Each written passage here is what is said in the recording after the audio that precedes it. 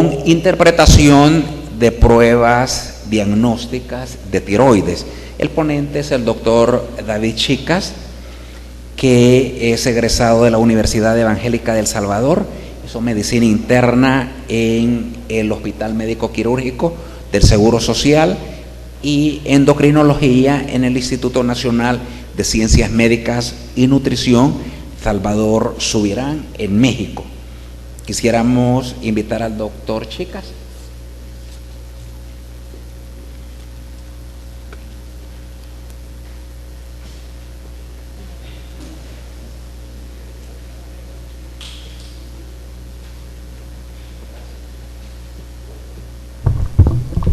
Buenos días.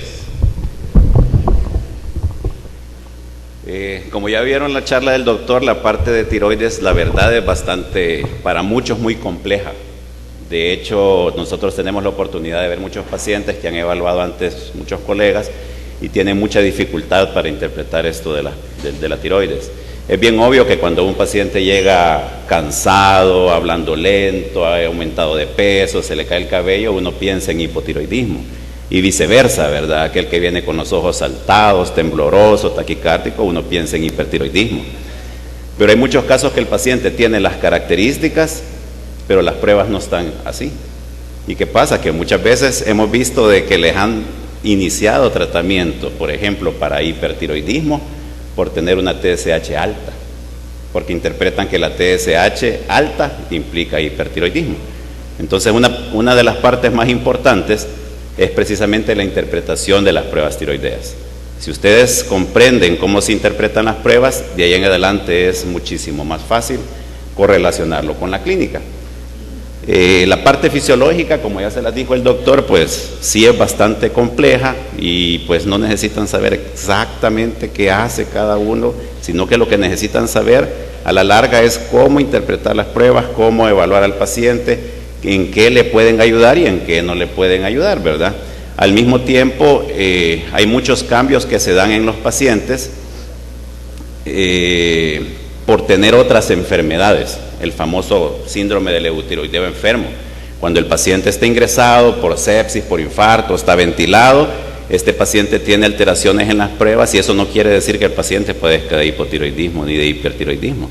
Y a muchos de estos pacientes en los hospitales les inician tratamiento cuando en realidad no hay necesidad de iniciarles tratamiento, solo hay que esperar que salgan de la fase aguda y después reevaluarlos para ver si en realidad padecen de una enfermedad. Mucho de lo que el doctor dijo va a ser bastante parecido, no me voy a centrar en lo que es la fisiopatología, sin embargo sí en lo que es la interpretación de las pruebas como tal. La secreción de las hormonas tiroideas, como dijo el doctor, T4 y T3 están reguladas por la secreción de la hipófisis y esta a su vez reguladas por la cantidad de hormonas tiroideas circulantes. Como él bien lo dijo, si hay poca T3 y T4, el estímulo es a nivel hipofisiario para que ésta produzca TSH y la TSH estimula la glándula para que despierte, por decir algo, ¿verdad? Hay una relación lineal logarítmica negativa entre la T4 libre y la TSH, lo que significa que pequeños cambios en T4 dan grandes cambios en la TSH. Por eso pueden ver ustedes, por ejemplo, que en pacientes con hipertiroidismo la T4 está un poco alta y la TSH dice 0.000, porque la TSH tiene cambios bien marcados, aún con pequeños cambios en la T4. Y la función tiroidea, porque también eso es muy confuso, a veces mandan exámenes que no son necesarios, incluso a veces por tiroides nos mandan hasta exámenes de paratiroides, que tampoco tiene nada que ver, se los menciono al final. Se puede determinar por la combinación de alguno de las siguientes pruebas: la TSH, la T4 total, la T3 total, la T4 libre y la T3 libre. A pesar que se pueden mandar todas, cuando vamos a hacer un tamizaje o queremos saber cómo está el paciente sin que el paciente gaste mucho, porque después de todo estas son pruebas especiales, entonces tienen un precio un poquito más alto. La prueba más importante de todas es la TSH. O sea, la hipófisis se da cuenta de que ya está comenzando a faltar hormona tiroidea incluso antes de que la T3 y T4 se baje. ¿Qué quiere decir eso? Que cuando ya comenzamos a ver una TSH alta y la T3 y T4 normales, porque hay un hipotiroidismo subclínico. es como que la hipófisis ya le está mandando a decir a la tiroides, te estás quedando dormida, ¿verdad? Entonces con la TSH, si solo tienen una prueba para poder determinar cuál es el problema del paciente, la TSH es la más importante. Por supuesto hay enfermedades donde es un poco más difícil la interpretación y se tiene que acompañar de las pruebas tanto totales como libres. La fisiología que ya les explicó el doctor. Y sí, recalcar nada más lo que les mencionaba, que si la T3 y T4 están bajas, eso es un estímulo para que a nivel del hipotálamo secrete TRH, la TRH le dice a la hipófisis que secrete TSH y la TSH le manda a decir a la tiroides que produzca más hormonas tiroideas. Y viceversa, ¿verdad? Si la T3 y T4 están altas, viene la hipófisis y deja de producir TSH, porque dice, si ya tengo tanta T3 y T4 en el cuerpo, ¿para qué le voy a decir a la tiroides que trabaje más? Por eso la TSH está bajita en los casos de que la T3 y T4 está alta. La TSH, como les menciono, es la herramienta más importante en el estudio de los desórdenes de la tiroides. Su secreción está regulada por la TRH a nivel del hipotálamo, y esta a su vez obedece a una retroalimentación negativa por las hormonas tiroideas circulantes. En el eje hipotálamo hipoficiario tiroideo hay una relación inversa. ¿Y esto qué quiere decir? Desde el momento en que uno ve las pruebas, uno ve una TSH alta y una T3 y una T4 alta, eso no es cierto. Acuérdense de eso. Uno ve una TSH baja y T3 y T4 baja, eso tampoco es cierto. Y el gran problema es que la mayoría de laboratorios aquí en nuestro país les cuesta mucho hacer hormonas tiroideas. De hecho, me atrevería a decir que muchos de ellos hasta se las inventan, sin tener duda. ¿Por qué? Porque el paciente tiene todo lo contrario a lo que las pruebas dicen, se repiten en un buen laboratorio y las pruebas están totalmente normales. Entonces, esto es algo que generalmente no va a matar al paciente. Ustedes tienen la oportunidad, si tienen duda, de mejor repetir las pruebas. Y esto pasa mucho con algunos laboratorios, obviamente sin menospreciar a los laboratorios que están fuera de la capital. Y esto es debido a que el método para hacer hormonas tiroideas son métodos más específicos que los que son para montar una glucosa, un colesterol o un hemograma. Entonces tenemos que dudar mucho de las pruebas si nosotros vemos que las características del paciente no nos orientan a ello. Lo que les mencionaba, si la T3 y T4 están altas, siempre tiene que haber una TSH baja, a menos de pequeñas excepciones que son tan raras que se las voy a mencionar después, que lo más común es lo que ustedes tienen que buscar, y viceversa, ¿verdad? Las pruebas de tercera generación de TSH, o a las que ahora llaman TSH ultrasensitiva, ustedes se acuerdan que antes decía, ¿quiere TSH o TSH ultrasensitiva? Decía. Entonces la TSH ultrasensitiva quiere decir que tiene la capacidad de medir mucho más bajo. Las TSH iniciales solo medían hasta 0.1, pero no es lo mismo tener 0.1 que tener 0.001. Pues a eso se refiere cuando hablan de ultrasensitivas. Y algunos laboratorios todavía preguntan, ¿quiere ultrasensitiva o normal? Y ya no existe la normal. O sea, la que le van a cobrar es la ultrasensitiva.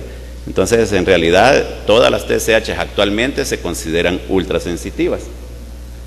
Sus usos clínicos nos permiten el diagnóstico tanto de hiper como de hipotiroidismo, y su medición permite el ajuste de dosis de la terapia supresiva o sustitutiva. Generalmente en aquellos pacientes con hipotiroidismo o con cáncer que les estamos dando hormona tiroidea, la mayoría de veces con solo medir la TSH podemos saber si estamos dando la dosis adecuada. Ahí muchas veces no ocupamos T3 y T4. La TSH se encuentra aumentada en el hipotiroidismo primario. Acuérdense que primario es cuando está afectada la glándula tiroidea. Si la glándula es la que está fallando, es primario. Si es a nivel hipoficiario, o sea, alguien que por un problema de tumor de hipófisis le quitaron la hipófisis, dejó de producir TSH, la glándula puede estar intacta, sana, pero como ya no recibe el impulso de TSH, la glándula deja de funcionar. Entonces, en ese caso, sí puede haber una diferencia en las hormonas tiroideas, que ya lo vamos a ver, es un hipotiroidismo secundario. Y si la lesión es a nivel del hipotálamo, es un hipotiroidismo terciario, que de esto también les van a hablar un poco más adelante. Entonces, como les mencionaba, puede verse aumentado en hipotiroidismo primario, en hipotiroidismo subclínico, que significa tener la TSH alta con la T3 y T4 normal, y en el hipertiroidismo dependiente de TSH. Esas son las únicas causas que yo les mencionaba que son rarísimas, ¿verdad? ¿Qué es el hipertiroidismo dependiente de TSH? Es un tumor hipofisiario que secreta mucha TSH, que le llamamos TSHoma, pero le estoy hablando de algo que ocurre por allá por uno en 1.000.000. Entonces eso ustedes no lo van a pensar, casi siempre tienen que poner en duda, a menos que en realidad tuviera una TSH alta, T3 y T4 alta y síntomas de hipertiroidismo, pero es algo muy muy raro. Y también, como les mencionó el doctor Orellana, en la resistencia a las hormonas tiroideas. Y la TSH se va a ver disminuida en la enfermedad de Graves, en otros tipos de hipertiroidismo, en la deficiencia de TSH y la sobredosificación de levotiroxina. Acuérdense que al dar ustedes levotiroxina, que es el mismo T4, el Synthroid y las diferentes marcas, son T4. Si ustedes a un paciente hipotiroideo le dan una dosis mayor de la que necesita, la TSH se va a ir muy abajo, como que tuviera hipertiroidismo, pero obviamente es el exceso de hormona tiroidea lo que hace que la TSH baje. Este es el método de medición de la TSH y sus rangos de referencia varían un poco entre laboratorio y laboratorio, pero es entre 0.4 y 4.2. La T3 se produce principalmente, como les mencionó el doctor, de una deionización de la T4 y es secretada en una pequeña cantidad por la tiroides. La T3 en el plasma está unida a proteínas y solo un 0.3 está libre para interactuar con el receptor nuclear. Se utiliza en el diagnóstico y monitoreo del hipertiroidismo, pero no tanto así en el hipotiroidismo, ya que se puede mantener normal o levemente alterada cuando la falla de la glándula es leve. Y este es el otro punto importante que les mencionaba. En la enfermedad sistémica produce una disminución de la producción extratiroidea de T3. ¿Qué quiere decir esto? Que la mayoría de pacientes, cuando están enfermos, el cuerpo trata de disminuir la catabolia, se trata de disminuir el mismo consumo de energía. Entonces inhibe el cuerpo solito la conversión de T4 a T3. Si le tomamos hormonas a un paciente que está críticamente enfermo, la T3 sale bien bajita, pero eso sale bajo porque el paciente no quiere seguirse consumiendo a sí mismo y no implica que tenga hipotiroidismo. Y a estos pacientes muchas veces le ven la T3 baja y comencemos la levotiroxina. No, ¿verdad? La TSH, si la miden junto con esta T3, está normal, no está alta.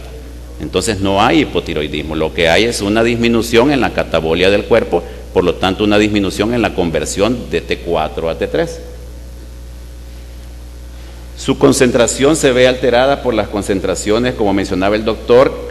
Todas las hormonas tiroideas viajan junto a proteínas, la principal es la TBG, aunque también se ven unidas a la albúmina y a la prealbúmina. Y la TBG se ve aumentada en embarazo y en las mujeres que ocupan estrógenos como anticonceptivos orales. Entonces, ¿qué pasa? ¿Cuántas veces nos mandan pacientes embarazadas con hipertiroidismo? Porque tienen la T3 alta, que no tienen hipertiroidismo. ¿Por qué? Si ustedes evalúan las pruebas, tienen una TSH normal. Si fueran hipertiroideas, tuvieran una TSH baja. Entonces lo que ustedes están midiendo ahí es que por el aumento de la proteína que transporta la T3, se ve como que tuvieran niveles altos, pero en realidad están normales. Por eso en las mujeres embarazadas lo más prudente es tomar las hormonas libres, que es la parte de la hormona que no va unida a la proteína. Entonces nos evitamos este efecto por la TBG. Estas pacientes dicen, mire, hasta me iniciaron propiltiuracilo, por esto, enséñame las pruebas. T3 alta, TSH normal, T4 incluso un poquito alta. No tiene nada, ¿verdad? Ese es un cambio normal del embarazo por el aumento de los estrógenos que se dan durante el embarazo. A esta paciente no se le da tratamiento, por supuesto. El método por el cual se mide es radioinmunoensayo y por eso los isótopos que se ocupan y todo eso es que vuelve que la medición de estas pruebas sea un poco difícil en laboratorios pequeños. No es porque el laboratorio no pueda, ni que porque el técnico no pueda, sino que la maquinaria que se necesita es un poco diferente.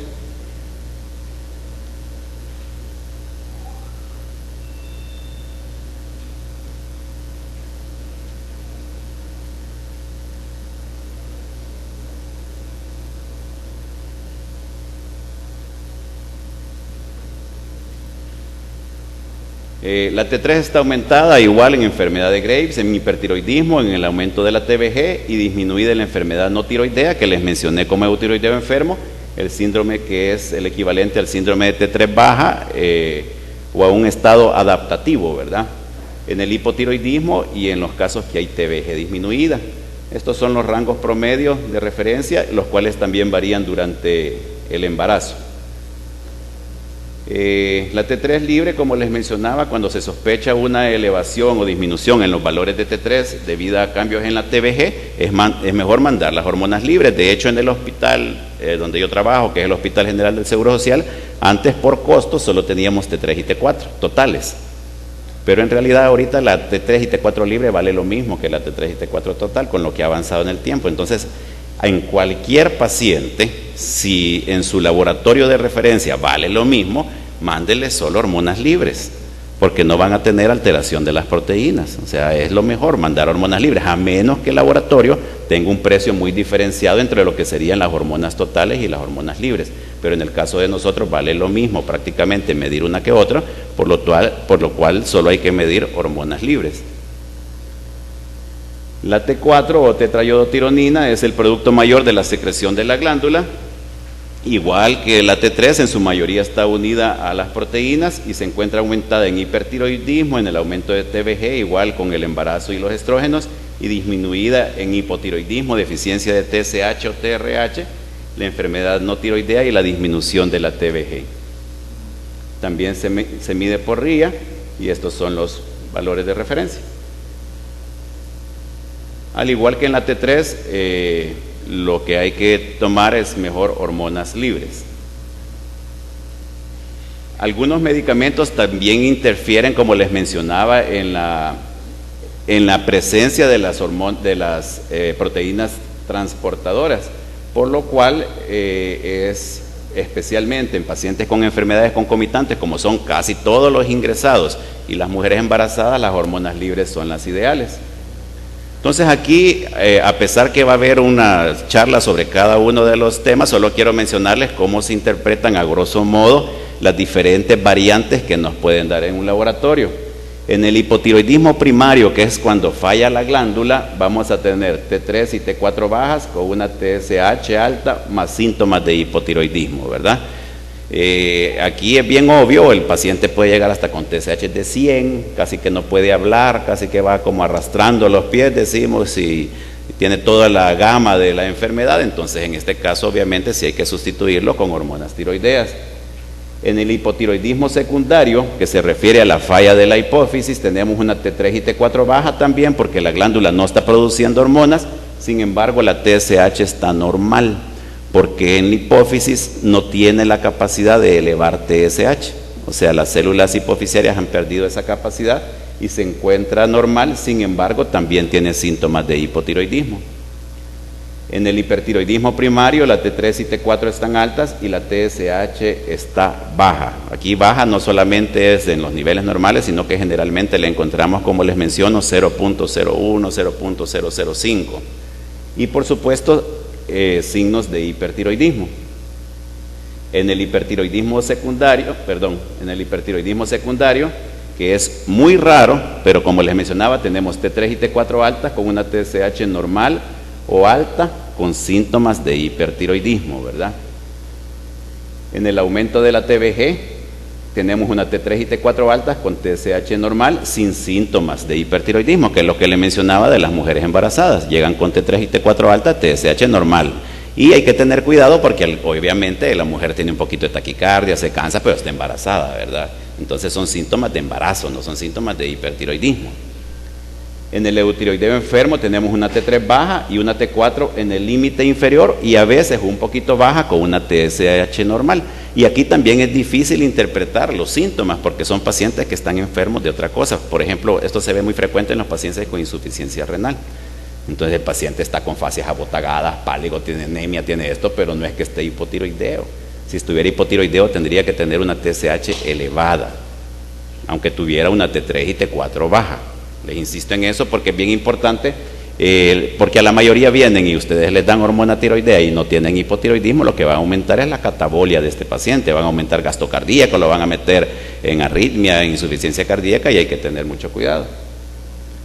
Y cuando les mencionaba del monitoreo del tratamiento, es mejor hacerlo con la TSH. En aquellos pacientes que ya están tomando hormona tiroidea, no lo hacemos midiendo la hormona como tal, que sería la T4, sino que midiendo el efecto sobre la hipófisis por medio de la medición de TSH.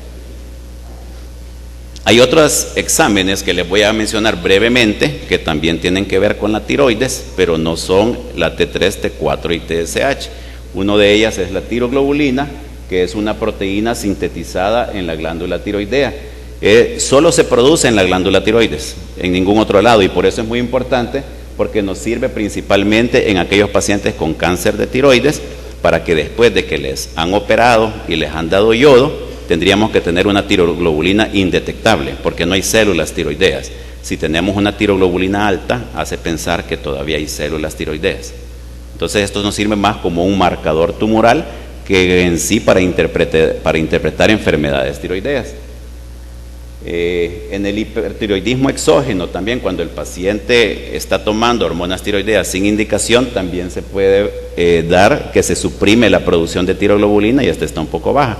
De hecho, no es infrecuente que muchas personas que les dan medicamentos para bajar de peso, lo que tienen es hormonas tiroideas.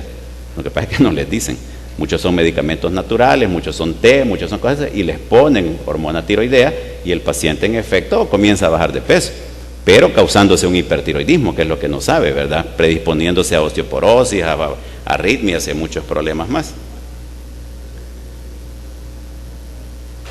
Se encuentra aumentada en bocio, Graves, carcinoma de tiroides y tiroiditis, y disminuida en la aplasia tiroidea, tiroidectomía y después del yodo radioactivo. Sin embargo, el uso principal que le damos a la tiroglobulina, como les digo, es monitoreo posterior a lo que es la resección de una tiroides por cáncer generalmente.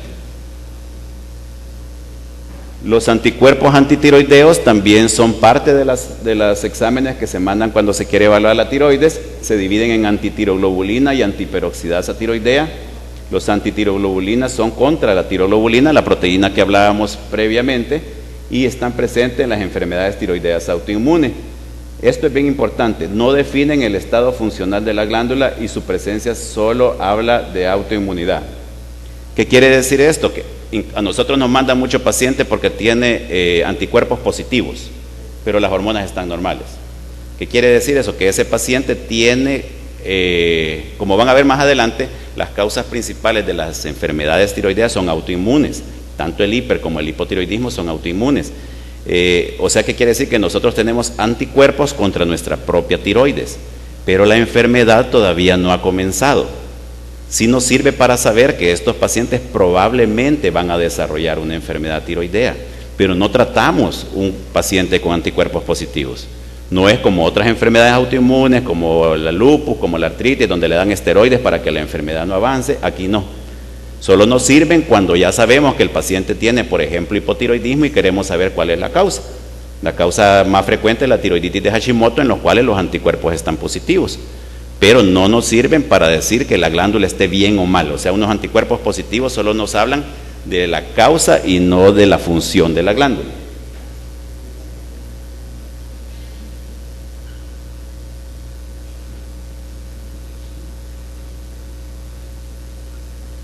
Como les menciono, el uso clínico es la confirmación de enfermedad tiroidea autoinmune y sirve para validar también la medición de tiroglobulina.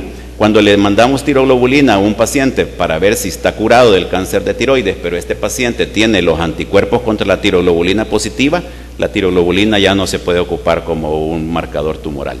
Por eso sí, en varios laboratorios inclusive, cuando pedimos tiroglobulina, ya viene incluida en los anticuerpos antitiroglobulina, porque si estos están positivos, la tiroglobulina ya no tiene valor, ¿verdad? Si no, si es un laboratorio que no les provea del valor del anticuerpo antitiroglobulina, al pedir tiroglobulina tienen que pedir aparte anticuerpos para la tiroglobulina. Se puede encontrar aumentada en tiroiditis de Hashimoto, en enfermedad de Graves, en tiroiditis postparto.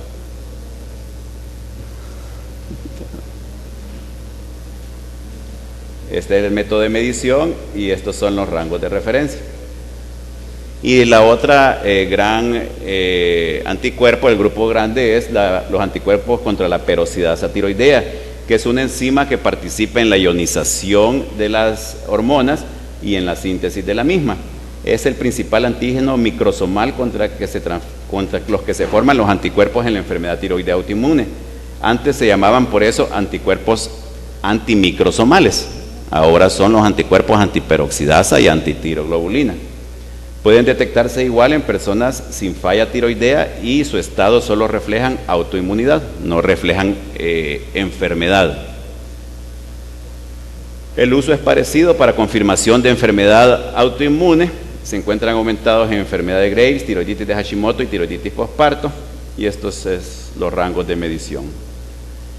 También tenemos la inmunoglobulina estimulante de la tiroides. Esta se ocupa cuando ya tenemos un diagnóstico de hipertiroidismo, nos sirve para saber si es por enfermedad de Graves. Aquí es diferente, es siempre un anticuerpo o una inmunoglobulina, pero lo que hace no es atacar o bloquear los receptores, sino que al contrario, los activa.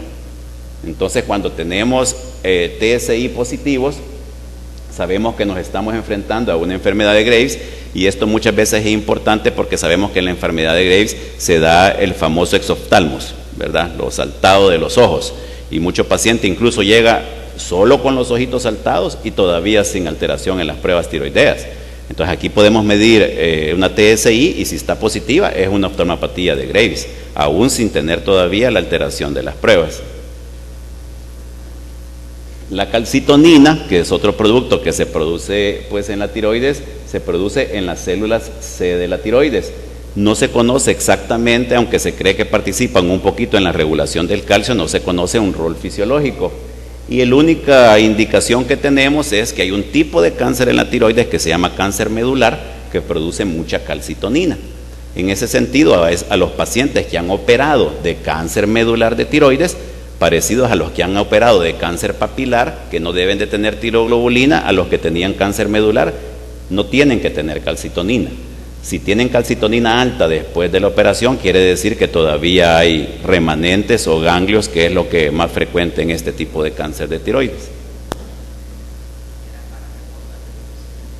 Estos son los métodos que se tienen y prácticamente tienen que estar nulos, ¿verdad?, en pacientes ya operados. Y por último, la hormona paratiroidea, que no tiene nada que ver con la tiroides. Recuérdense que no tengo aquí la foto de la tiroides, pero cerca de la tiroides tenemos 4 glándulas paratiroides. Y las paratiroides participan, sí, son las principales en la regulación del calcio. Y por eso hay que tener mucho cuidado. Ustedes han visto que las 2 complicaciones más grandes con la cirugía de tiroides son que se dañen los nervios laringios recurrentes y que el paciente quede afónico, que la gente dice voy a quedar mudo. No va a quedar mudo, va a quedar un poquito ronco y a veces es temporal. Y la otra es que en una forma obviamente sin querer, al quitar la glándula tiroides también resequen las glándulas paratiroides, y ese es uno de las principales complicaciones de la cirugía de tiroides, porque en estos pacientes los niveles de calcio se van súper abajo. Son 4 glándulas, a veces resecan una sola glándula y no hay mayor problema porque las otras 3 glándulas suplen la función, pero a veces por error quitan las 4 glándulas. Estos son pacientes que tienen que tomar grandes dosis de calcio el resto de su vida. De hecho, tenemos pacientes de los más severos que toman hasta 90 tabletas diarias de calcio cuando se le resecan las 4 glándulas. En ese caso, la hormona paratiroidea actúa aumentando la absorción de calcio en el intestino, aumentando la resorción ósea de calcio, y su efecto neto es aumentar las concentraciones extracelulares de calcio para prevenir la hipocalcemia. Su secreción se ve modulada por las concentraciones de calcio sérico y se ocupa en los casos de hipercalcemia para determinar cuál es la causa de la hipercalcemia. Para ver si está alta la PTH, generalmente es por un hiperparatiroidismo, que es diferente al hipertiroidismo. Aquí en este caso estas glándulas están trabajando más de la cuenta. Y también para el diagnóstico de hipoparatiroidismo, aquellos pacientes que no les han resecado la tiroides y encontramos un calcio bien bajo, ¿verdad? Entonces les mandamos PTH para ver si es que sus glándulas paratiroides están funcionando menos. La determinación óptima requiere de un ensayo que mida solo la fracción bioactiva, que es la PTH intacta, que es la que prácticamente tiene la función sobre el cuerpo. Se mide por IGMA y está aumentada en hiperparatiroidismo primario, secundario o terciario, que es algo parecido a lo de la tiroides, aunque no es el tema de ahora. El hiperparatiroidismo también se puede dar por defectos en diferentes lugares y está disminuida en el hipoparatiroidismo y en la hipercalcemia por malignidad. Estos son sus rangos de referencia. Esa es la última diapositiva. Eso es como un vistazo a cómo deben de interpretar las pruebas tiroideas. Quizás el mensaje más importante es, hablando de T3, T4, TSH, que siempre cuestionen bastante el valor de las pruebas. Para comenzar, si no tiene el paciente o no sugiere que tenga problemas tiroideas, no le manden pruebas tiroideas, porque una vez se las mandan y le viene un resultado malo, ya se metieron en problemas. Y eso es lo que pasa en muchos pacientes ingresados. Se las mandan, ¿pero por qué? Porque pues sí, me pareció que se veía ahí un poquito abultagado y no está, por ejemplo, con una anemia de 5, ¿verdad? Ya le mandan las pruebas y ya después ya no las pueden interpretar. Entonces, si no tiene nada o no hay ninguna sospecha de tener algo en la tiroides, ni le manden nada, ¿verdad? Y si le mandan porque sospechan que tiene un problema tiroideo, acuérdese, siempre T3 y T4 alta, casi por obligación, excepto en casos rarísimos, la TSH baja. Y viceversa, T3 y T4 bajas, la TSH alta. Si ustedes ven una T3 y T4 baja, TSH normal, ustedes dicen, no, momento, esto no es un hipotiroidismo o algo está pasando porque la TSH tendría que estar alta. Si no está alta, busquemos a qué se debe de que no se ha subido. No sé si tienen alguna pregunta sobre la interpretación de las pruebas. Si no, dejo con ustedes al siguiente ponente. Muchas gracias.